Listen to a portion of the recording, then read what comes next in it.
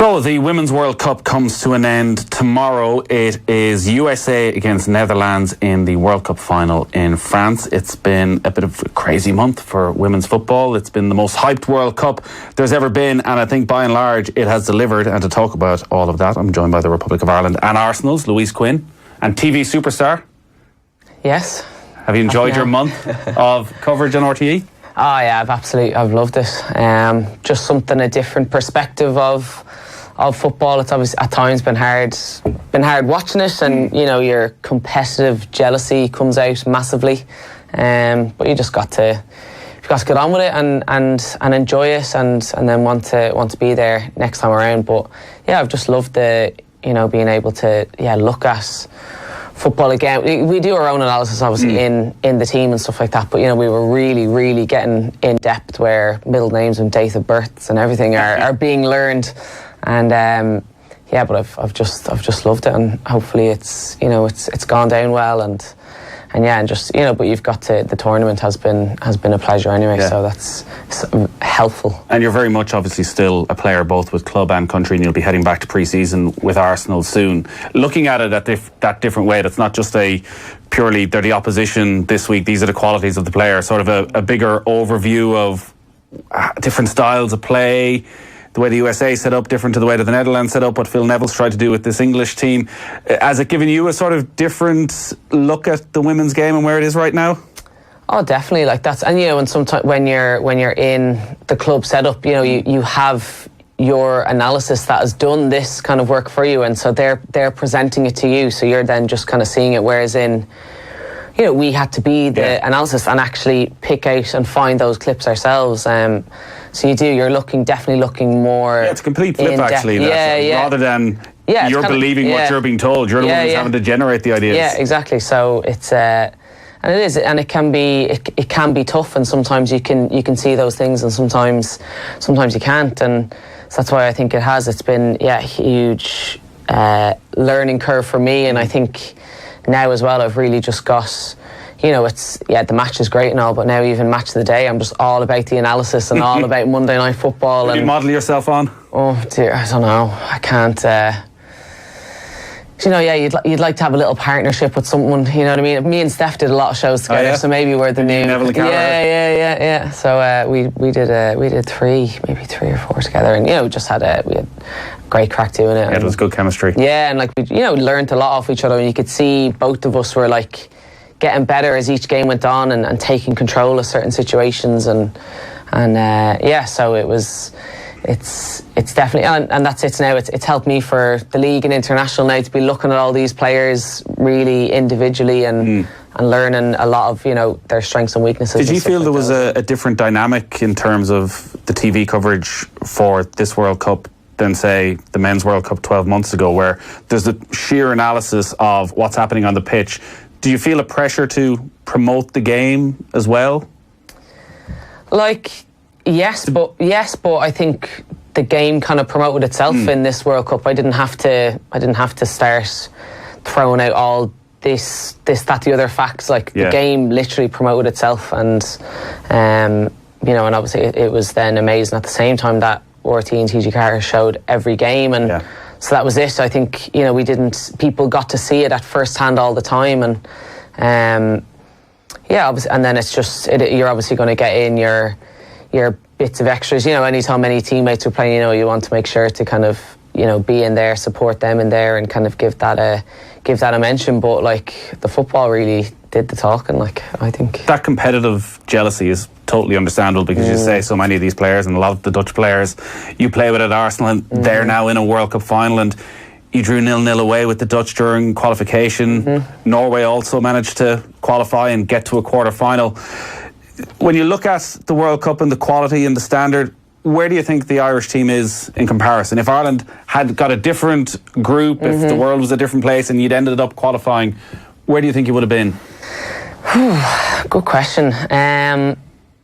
It's very, very hard to say, because we know against some of those bigger teams we are able to put in a performance there. I suppose it would be very different. I do think that a lot of the teams in the World Cup were actually very open to playing, and not just kind of land themselves outside the box. You know, in certain circumstances, it is kind of what you have to do. But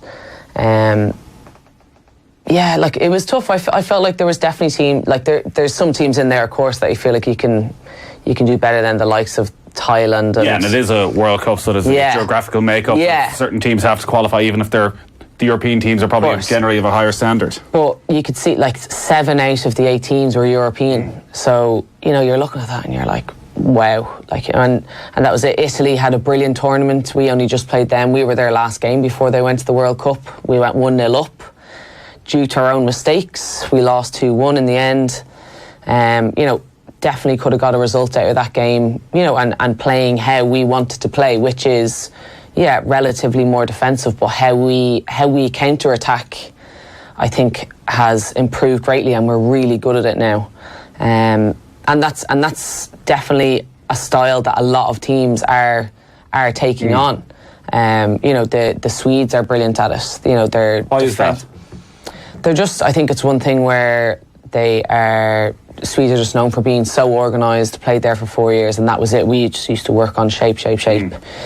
You know, and about being organised. If they can't break us down, you know, you have every chance of going scoring, and then they have that then speed and quality going forwards. Like the speed of Sweden's like top 3 players, Blackstenius, Rolfo, Jakobsen, they're so fast, and I've definitely played against Rolfo and Blackstenius, and they just change the pace. They'll even have you and they'll slow you down, and then they just know then to push on because they have the speed for it, and they're just intelligent players, and so that's they're playing to their strengths, and I feel like we have that good sort of strength as well, the dogged determination in defence, but then, you know, the likes of the balls that Katie McCabe can play to Leanne are just, you know, incredible. Katie's done that as well all season for Arsenal, just getting us out of situations where there wasn't a ball to play, but she manages to find the space and plays it, and then we have, you know, brilliant runners and speedy players up top, and again, Leanne is one of those players, and she's come on massively. So the quality of coaching is obviously at club level, and more certainly at the top level, at international level, is clearly a very high standard, because you watch the games and watching some of the matches in the Super League last season as well. It's a very modern style of football. All the teams are playing it out from the goalkeeper. It's a lot of pressure on the centre halves to take it on the edge of your own area, and I think opposition midfielders, I suspect, love it because they can always press up high, and there's always a danger of mistake. It makes it quite exciting. Even watching again England USA, who England probably had to change their style somewhat against the USA and go more in that counter-attacking role. That it is, even though as you say it's counter-attack, it's not overly defensive. Actually, teams are very keen to keep the ball on the ground. Yeah, exactly, and that's it. It's not just kind of a hit and hope ball forward now. It's like when they are starting to win it, it's, you know, short pass to then maybe a long pass, but it's directed, and it could be a flat pass on the ground, and that's the thing. You're just playing the game in a different sort of style, but with a lot of flair. And I love seeing counter-attack football. It's tough when you're the defender against it, but it's just so fast, and I think almost in that case your decision making has to be quicker, and everything has to be even that bit more accurate, because in the counter-attack, because you are moving so fast, that, you know, your speed of thought and everything has to be, and the pass has to be perfect into the path of the runner, and, you know, it's a nice way of playing. But yeah, listen, I thought if we were at the tournament, of course, I'm going to say that I feel like, you know, you definitely get some results out of those games, and but yeah, we've got to hold on to that, and then, you know, try to do it for the Euros. Yeah. We'll get on to Ireland and the situation with Colin Bennett leaving and what will happen over the next year or so, because obviously the next European Championship's in England, so there'll be a huge attention on that. On the style then and the standard during this World Cup, like, is the big difference, maybe since you were starting out, is it the speed of the game? It feels as though it's a lot quicker than it was even 4 or 8 years ago. Yeah, maybe, and I think that's even just, it's coming up with the quality of the players, but then just the quality of the training sessions and the whole sport science thing behind it, and, you know, players are getting the correct training, and everything is, you know, modified in that way and tailored around to make sure that that you're in your best for the day. Like we tailor our week to scenarios in a game, and so like a Wednesday is an intensive training session, and on a Thursday it's extensive. So the intensive is a lot more of the shorter, sharper movements and the quicker sprints, whereas in the extensive is slightly longer runs. So you're building both up, and so each session is tailored around that. And thankfully we're at a level where we can get that sort of training now, and at Arsenal obviously it's top quality, and we have brilliant strength and conditioning coaches, and then we're able to feed off. Then we're in the gym. It's all kind of one area where you're able to chat to then the men's coaches and the academy coaches. I would have a lot of chats with the academy coaches, and there's a couple of Irish lads in there as well. So there's Barry Solan's very involved in the Barry Solan. He'd be in he's the men's. Don't see him as often, but then Des is the head of the academy, and then there's Paddy as well. That's one of the coaches, and they're just and they're always there on hand. And I think even now this season they're even more going to really put all the teams together, and I think that's important as well in a strength and conditioning sort of way. Obviously I feel the coaches kind of do their own way, but there's certain things in strength and conditioning where it's very much all a shared source of shared opinions and thoughts on that. And so I think that's it. I think the speed, just everything, speed, quality, and it's just been how the game has been developed, and that's it. If you invest time and these resources into the women's game, of course it's going to happen, and you can see it clearly now. Yeah, you must be incredibly excited to get back to Arsenal when you see the interest levels that are there now in England, the great success, and they still have the third and fourth place playoff. What are you expecting? Are you expecting a radical change in women's football in England this season? I think so, and I hope so, and I think it's been getting there, and even now the league, we have a big sponsor of Barclays. It's now called the Barclays Women's Super League, and so there's good investment there, and then that's it. There's so many players in the FAWSL that are playing in that World Cup and that have played in it. So it's only a positive, and now there's a good handful of the Dutch that that are on the team that are going to be back with us, and then the English girls really just did themselves proud. I really felt for them in that game, but they were against USA, and they've just been outstanding for the tournament. They've been the most consistent and really playing to their strengths. So they had a really, really tough game, but I think there's no way they can't look at that and say that they've just become one of the top dogs of women's football. Yeah, it'll be pretty fascinating to see how they do look to capitalise on that, because like any sport, money talks, and you look at the women's game, and Lyon at the moment are so dominant, and I know there's money going into Paris Saint-Germain as well, and I'd imagine Lyon's wage bill is probably twice that of any other club in world European football at the moment. That Manchester United are back in the Women's Super League this year. That it seems as though it's a good even spread, with Arsenal winning the league, Manchester City, Chelsea are all very strong. That if these clubs start investing, actually English football could become the dominant force, and which can only be good for Irish football considering the amount of players that are over there. Yeah, exactly, and I think that's it's been even something where there's talk of even the Premier League possibly trying to take over the league and then just making it. Do you think that'd be a good idea? It could be, yeah. They obviously have the best pathway for us to try follow, and I brought up before, and it was only one game of the Manchester City-Chelsea match from earlier in the season, which they played on the same day as the Manchester City match in the Premier League. I think they played at 1 o'clock and went across to it at the Academy Stadium, which you've played in, and it's an incredible setup that Manchester City have. I think it's an 8,000-seater stadium, which was pretty much packed. The quality of the game was exceptional. You had so many players for both sides that went on playing in the World Cup. proper atmosphere, a little bit of an edge. You had supporters from both sides coming in who were heading over to the men's match. Like, you don't want to be the warm-up act, but you also need to make the most of opportunities when people are in a city and are going to games to give them an option.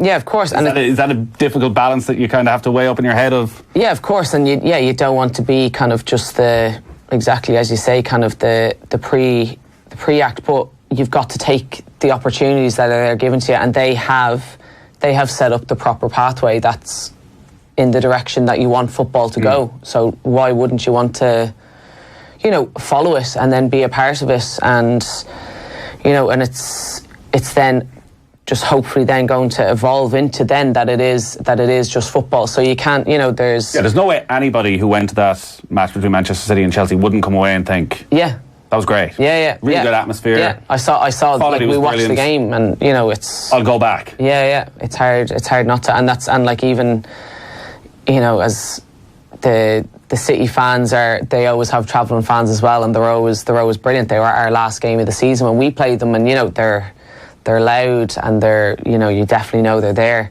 So it's just going to be, it's just trying to get all the Arsenal fans in, no matter what which team they actually support. It's trying to just get everyone all in and involved. Yeah. Well, I think I was at the Emirates on the final day of the season when you were the ones going around with the silverware, and the men's team, I think, were sort of had their heads down. Around, yeah. They should know where the success lies right now. This final then between the USA and the Netherlands, from your experience of going up against the Netherlands and playing with these players at Arsenal, are you surprised in any way that they've gone this far? No, I'm not surprised. I think I'm not surprised, but I wouldn't have said it's their best tournament. I really like the Dutch way of playing. Obviously, when we played against them, it's just one of the hardest games you can play against. Obviously, then playing with some of them, I just love how they play. I love playing with them, linking up with them, watching them do their thing when they're going forward. When they arrive at Arsenal, or when you've played with them through the years, do you know instantly that it's a Dutch player? Is there a distinct style of play?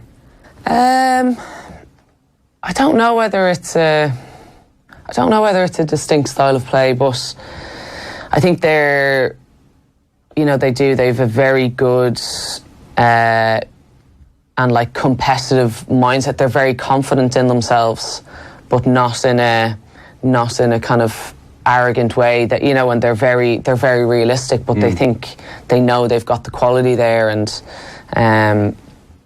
that's it. And I don't know if there is because they're all the girls that are there, they do all have a very different style of play, and they're all in different positions: goalkeeper, defender or defensive midfielder, attacking midfielder, and a striker. So they're literally just straight down the centre of the team, and a real spine of the team, and that's it. They all literally have their different qualities, but I just do enjoy their style of play and their creativity and their movement off the ball. Even sometimes when it doesn't work, you're looking at it and you're like, oh, that could, that could have worked. And they all just, they have that. So I really wanted them to do really well. So have they not shown enough of that for you in this World Cup?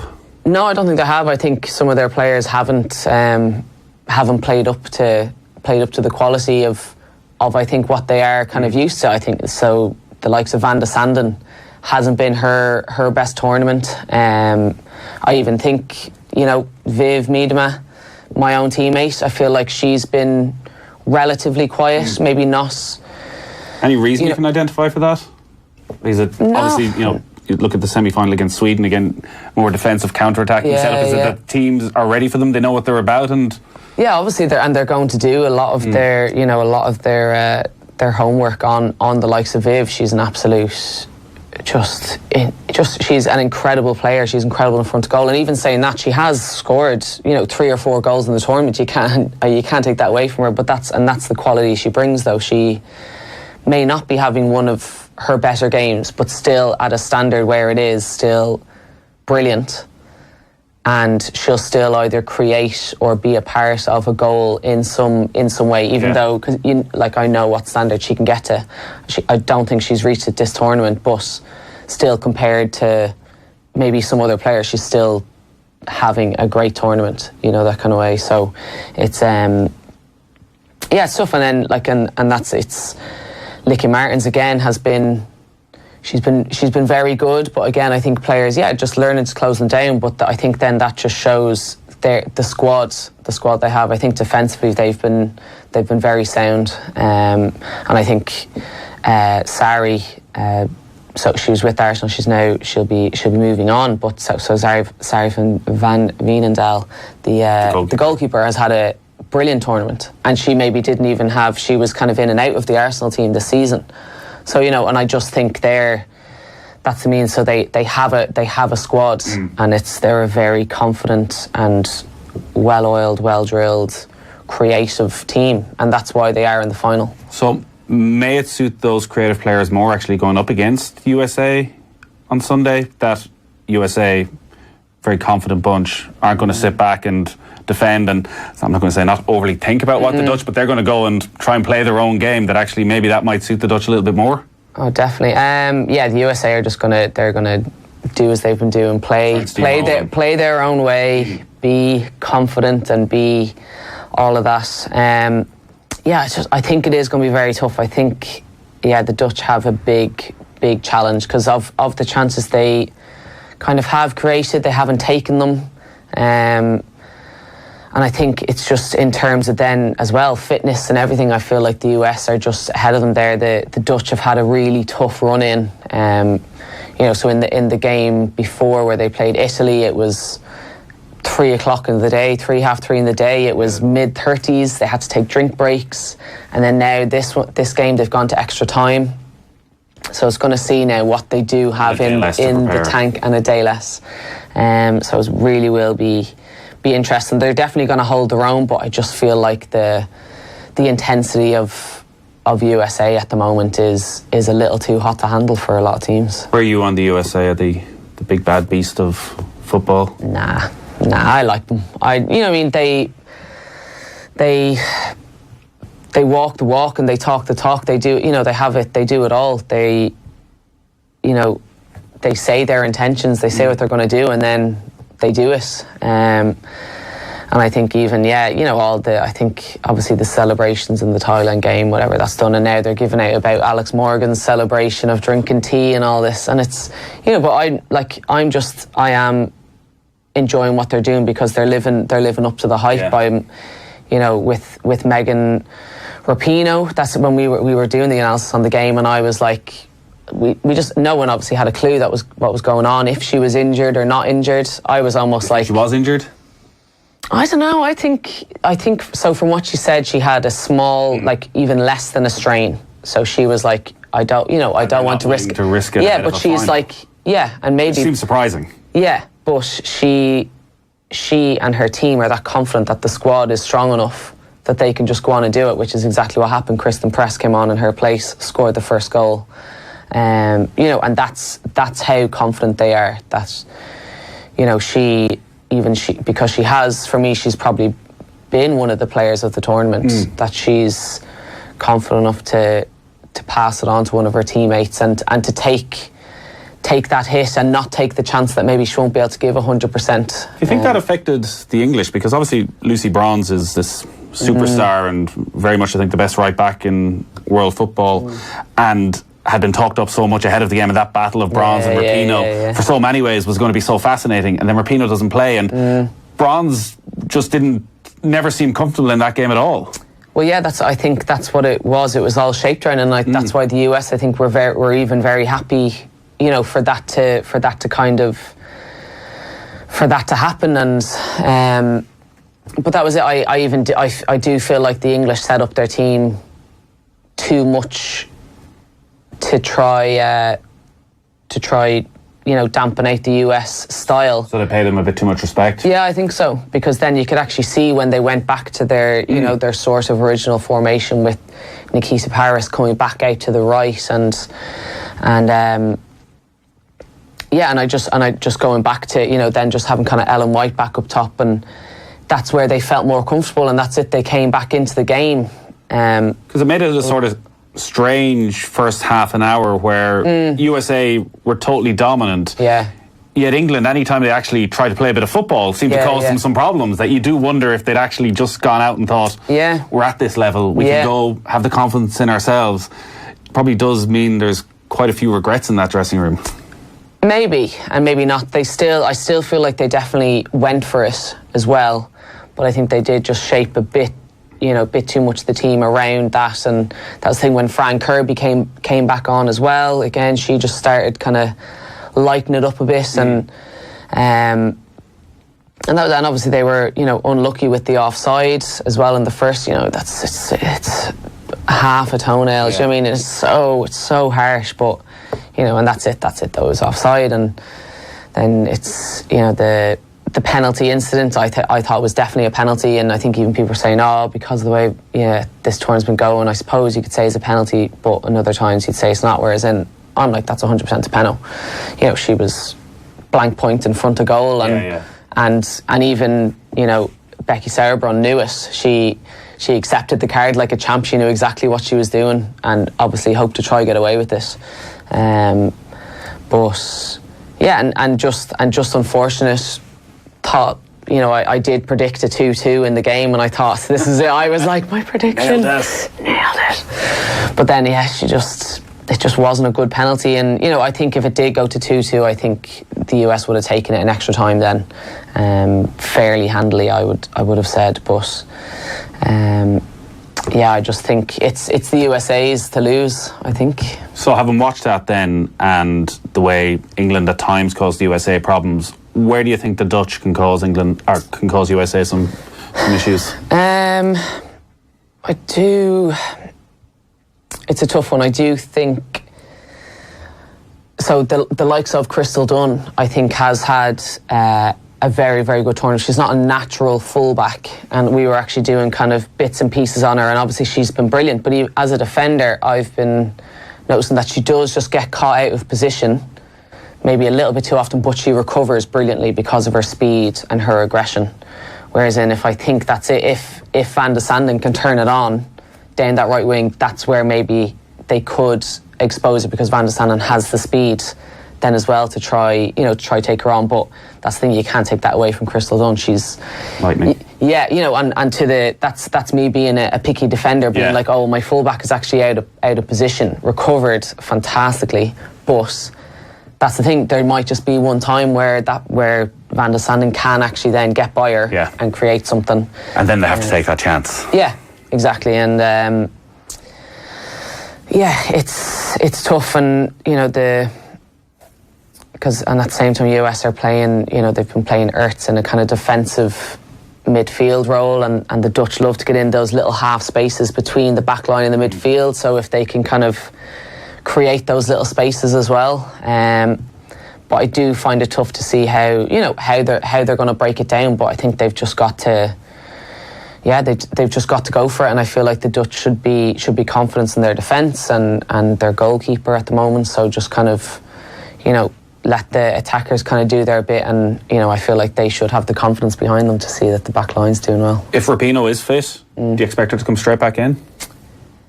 Yeah, I think so. Yeah, she's probably again and has had a great rest. She's got, and that great I'd say she's been building up this for this and it's one of those things where if she needs to come off, we know Kristen Press can do a job. But yeah, I don't think Rapinoe is going to give up a chance to play in the final. She'll be doing everything in her power. She'll have it strapped up if she needs to do it, but I think she'll be fine. Yeah, I think she'll be ready to go. So obviously the final is still to come, and often tournaments are defined on the quality of the final and how memorable that is. But looking at the tournament overall and what you wanted out of it, has it delivered everything you wanted? Yeah, I think it's given us a bit of everything and a bit more. Obviously VAR being one, the whole just obviously that has been the talking point, especially in the group stages, and now it has. Is there an issue with the standard of officiating in general? Was it just VAR? At times, but it was one of those things where it was a brand new thing for the referees.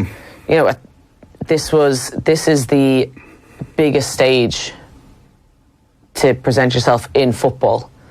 So the fact that they're going to trial this on our stage, I did find it very unfair. And you've got to, the referees are in the same boat as well. They've only just learnt. Because you can do all the practice runs in the world. When suddenly an entire stadium turns on you and you have to make the decision, it's a whole new ball game. Yeah, so there was definitely times where I felt sorry for them, because they are being, like, everyone was thrown in the deep end with this, like the players included, only given the rules that started on June 1st. You're asking goalkeepers to completely change the technique that they've known for their entire careers. It's insane. In the space of a couple of weeks. And again, in front of a world stage, it's just I didn't like that bit. And I think, like, you know, how they have started to kind of ease up on it a little bit has definitely improved. But then it's, you know, you then look at the likes of the Scots, where you feel so much for them, where, you know, Lee Alexander saved the penalty, but then it had to be retaken and the player scored from Argentina. And you're just like, it's so, because now they've lightened up completely on it, and it's it's rough. The one downside. Yeah, but now there's going to be angry Scots back at Arsenal, so we've got to take that hit now as well. Are you going to VAR in the Super League this season? I don't think so. I think there was the talk for, but I couldn't even tell you. I'd find it hard to think that in some of the stadiums to be ready for it just yet. Yeah. I think it would still be. Maybe they might try to do it in some bits, or maybe Champions League, maybe. But if they are, I don't know it yet, and we haven't been informed. Well, good luck with that. Yeah, that's brilliant. Yeah. Just keep your arms down by your side or behind your back. I know. At all I can't wait for pre-season, having my hands tied behind my back. So, as is the way of Irish football, a great celebration of football around the world, and here at home things are a bit of a mess. Colin Bell has departed. He's moved to Huddersfield.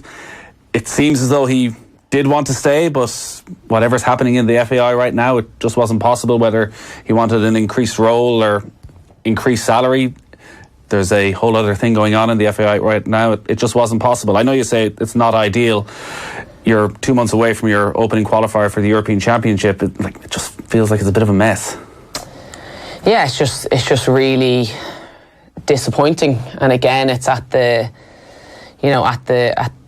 hands of the players. We're the ones that have to take it, and you know, we just want to play. We want the best backing that we can get. We want the best manager that we can have, and yeah, it's all gone. And we've been building for this Euros. You know,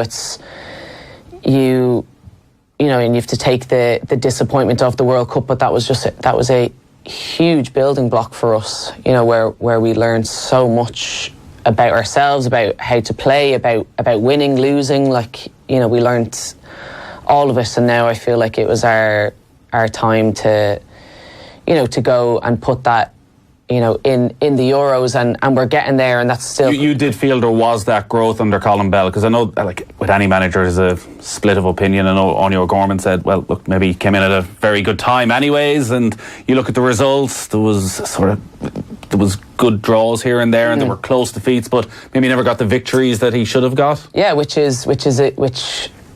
I'd agree with as well, if you still kind of look back on things. But yeah, you know, I think there was definitely still some development in the team there, and I suppose we kind of had to take it how it was. He completely changed the setup, and obviously then, you know, you miss someone like having Anya in the team, and you know, and a lot of those girls, and you know, that's the thing, we had to adapt, and that was it. If we wanted to play international football, you know, you had to adapt to the way that he was going with this, and did that cause issues at the time? Like, I suppose just in general it did. It was just a complete overhaul and complete change, which I think for anyone in any team is difficult to take until you kind of, you know, grow to it and warm to it. And I still even time to think that was going on, but that's what happened, and we've started to get used to it, and I think our games, they've definitely been closer, but that's exactly it. We still haven't been getting all the results that we've needed. but I felt like we were, going in a direction, and it was something where Colin did want to, really try to change women's football in Ireland. And again, his heart was in the right place. Yeah, I think so, and I think that was it. And I think he was that kind of guy that wanted that control and needed that control. Should someone have that control? Like, from what you've seen of women's football in Ireland, should the senior team manager, because generally senior team managers often just like to focus on their job because ultimately they're going to be judged on results, or should whoever has that job have this greater role of total control of women's football in the country? Well, I think someone needs to take it by the scruff of the neck and do something about it. And he seemed to be a relatively willing candidate for it. If it would have been the best thing, I don't know. But that's the thing: someone just needs to take it and try to start to grow it. And it is, and it's gonna take a lot of time and a lot of effort and a lot of people and as well to be there to back it up and invest it and trust it as well. So, because the concern obviously is that for all the talk and all the good this World Cup has done in raising the profile and people appreciating women's football, that is Irish football in a position to capitalise on that? Yeah, and it doesn't seem like it at the moment. I feel like, again, we're very much in limbo, but I just think... Like, has anyone from the FAI approached you over the last month and other members of the team to say, listen, there's a real opportunity for us here over the next 6 months, year, we want to get you out front and centre, we really want to make sure you're the face of Irish football, that you can inspire the next generation, we have a plan in place to do that? No, I haven't seen anyone, no, not really, not kind of in there. Or I suppose at the time there were people that had come in, and it would have been when Colin was there and saying that they want to, this is what they want. They want the women's team to push on. But then now, obviously, it's which way was it going? Well, if you wanted that, should you have done your best to keep Colin on, or was then that just not right? And is there someone else then now that can step in and do it? And my only thing, it's something very difficult for me to talk about at the moment because it's all up in the air. And you're a current player. Yeah, and that as well. But I just don't want us to be taking a step backwards anywhere. The standard has to stay. The commitment to the women's team and the game has to stay. It can't drop. We've been through a good hardship, over a couple of years ago, and we can't let that happen again. And so we need the best person in place. We need the best people in place. We need the best players there to do it. We need the players wanting to give it again even more than what they thought. And I just won't be able to. I don't want to accept us in any way going backwards. And if that's, I just can't. And it frustrates me, and to think that maybe things might have taken a step backwards now. But I can't let that happen. And us as the team, we've just got to keep going forward. And our intention is still to qualify for this Euros. Have you been in touch with, obviously as a senior figure in the team, have you been on the WhatsApp saying, listen, this is happening, but we've done a lot of good work over the last couple of years, regardless of what happens when we come together in September, we need to be ready, we need to keep the positivity that was there? Yeah, exactly. And we're all in the WhatsApp, and everyone has their voice and has their say. And I think we're still kind of a little bit on tender hooks about just what might happen and who may come in. But yeah, that's it's still the mindset of everyone. But I think we still kind of need to get over this bit and get over this hurdle, and then I feel like the mindset, because it's just we are that little bit uncertain. Because the worry is, and it's I guess at every level of Irish football right now, what's going on in the FAI as to what is available, what's going to be available in terms of funding, in terms of promotion over the coming years. Because I remember when this crisis was sort of in its infancy, Ruth Fahy was in with us, and she was making the point, like, this could be a great opportunity for women's football, and it may end up, if this overhaul at board level takes place and you have a representation at 33% representation coming together, there's be a stronger female voice on board level. Now, it's not overly relevant perhaps at times to what happens with the women's team, but rather than this being an opportunity for women's football, for a lot of the stakeholders, this could be a disaster. If there's a huge cut in funding, if cutbacks are coming, like, you don't have much to start with. Never mind having to take a cutback. Yeah, and exactly it. Obviously, the consequence of everything that's gone on, we have lost our funding from Sport Ireland, which goes towards the women's team and grassroots development officers. Yeah, and it's and again, so you know, there's hoping again that things can just get sorted. But at the moment, yeah, we know as much as everyone else at the moment, and that's, you know, so. We're all just kind of still waiting and hoping that it's getting, you know, sorted quickly. I'm not going to ask you to say who you think should be the next Irish manager. I'm sure you're going to sit on the fence when it comes to this. It's not really your gig. Obviously, Dave Connell is somebody who has been on. He was on with Jamie Moore this week, saying that, you know, he's interested. Of course, he'd be interested in such a role. Eileen Gleeson is a pro licence holder. Everyone seems to rate her incredibly highly. They're the two homegrown talents. From your point of view, is it just get the best person that? Put the funding in place, whoever it needs to be, if it's Dave Connell, if it's Eileen Gleeson, if it's somebody from abroad. So Ruth Fahey was saying this week, like, what about somebody like Brian Kerr? Is it just bide your time? Like, do you feel you need a manager in place for Montenegro, a permanent manager for that first qualifier at the beginning of September? Yeah, I think so. And I think we need to, have that kind of all settled in, and then just kind of put everything at ease and at comfort, and I think it's something, though, as the players, we are going to have to, you know, what the FAI do decide in the end, we are just going to have to accept that, and I think in ourselves we know that we've just got to do whatever on the pitch, and then whoever's, you know, on the sideline with us, brilliant, but we just need to make sure exactly that it's the right person for the job, and that they have all the qualifications that are needed. You know, and that's, you know, that's maybe it. It's just about the right person at the right time. Are they going to go internal or external? I don't know.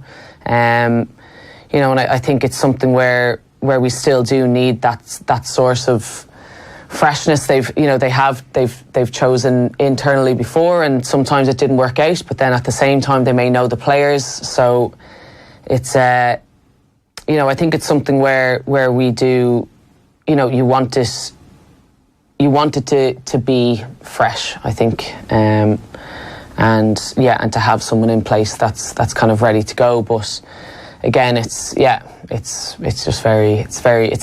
difficult thing to still just comprehend at the moment. Wait and see for everybody, I think, over the next few weeks. So, what's the plan for the rest of the summer? Have you had a break? You've been on the telly pretty much every night. So have you managed to actually get a break after winning the league? Yeah, did not see my tan on the telly. Compared to my tan right now, I know, you know? Yeah, tan, yeah. Burn. Wow. But so have you a couple of weeks before pre-season starts? No, so I went on a couple of trips just before, or just after then, a couple of weeks after the season ended. We stayed on a couple of extra weeks in Arsenal to get, you know, a bit more training in, and had a little trip to Spain and then Portugal, and then that was it. And then just got stuck in, and obviously stuff with RTE, but then also for we've got our own little pre-season programme that's been ticking away. Just sticking to that, and even for me, sometimes just being home in Ireland is almost like a little holiday in itself, really, just to catch up with friends and family, and literally just kind of see the country in all its glory again. A lot to live up to next season as defending champions, with all this raised interest levels. Champions League as well. Is that the main aim? Oh, it's definitely, it's to get us back in that loop and staying strong in there, and it's going to be, you know, we're going to aim for all of them, and I think our capabilities is to aim high in all of them, and just kind of bring Arsenal back to its kind of glory days when, you know, the women's team were just taking over, the likes of Emma, Yvonne, Ciara, Fahey, like, you know what I mean, they just dominated. So, you know, we want to kind of bring it back there. All right, well, best of luck with it. Thanks, man. Well done on the summer. Smashing coverage. I think everyone enjoyed it, and enjoy the game tomorrow. Yeah, thank you.